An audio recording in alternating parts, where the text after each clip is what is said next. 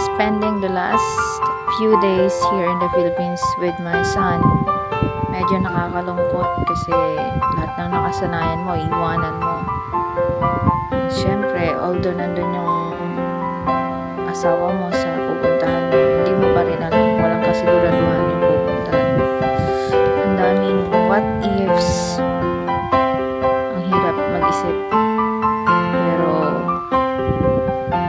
para sa pamilya, para sa ikabubuti ng pamilya, go. Medyo mahirap na lang siguro sa umpisa. Bagay lahat naman ng umpisa mahirap. Lahat ng nagsisimula pa lang mahirap. Pero eventually, everything will get better. Sana kaya na namin lahat kung ano man ang dumating sa buhay namin pagdating namin dun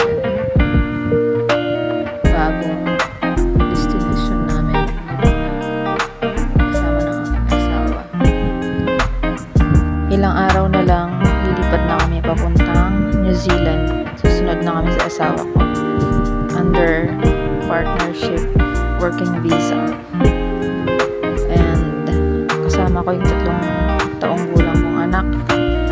And siguro, ang dami kong iniisip kung paano magiging buhay namin since may anak kong maliit.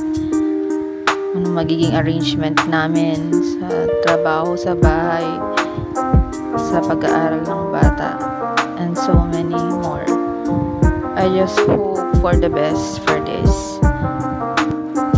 This is a big step for us.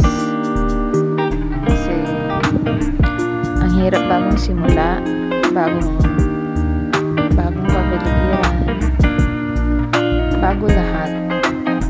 Kumbaga nasanay ka sa comfort zone mo, nakakatakot kung tutuusin, pero kailangan gawin dahil hindi natin malalaman kung anong mangyayari kung di natin susubukan. Well, before niisip ko talaga na ano kayang magiging buhay ko kung nasa ibang bansa ako.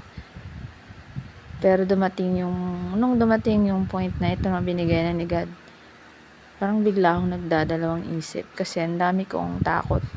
Nakakatakot nga naman, di ba? Magsisimula ka ng bagong buhay, bagong career, bago sa lahat, bagong routine para sa anak mo, bagong environment para sa bata, lalo na sa bata kasi siya ang maninibago sa lahat, sa pagkain, sa language, sa mga taong nasa paligid. I just hope makapag-adapt ng mas mabilis ang anak ko. And I'm just hoping for the best.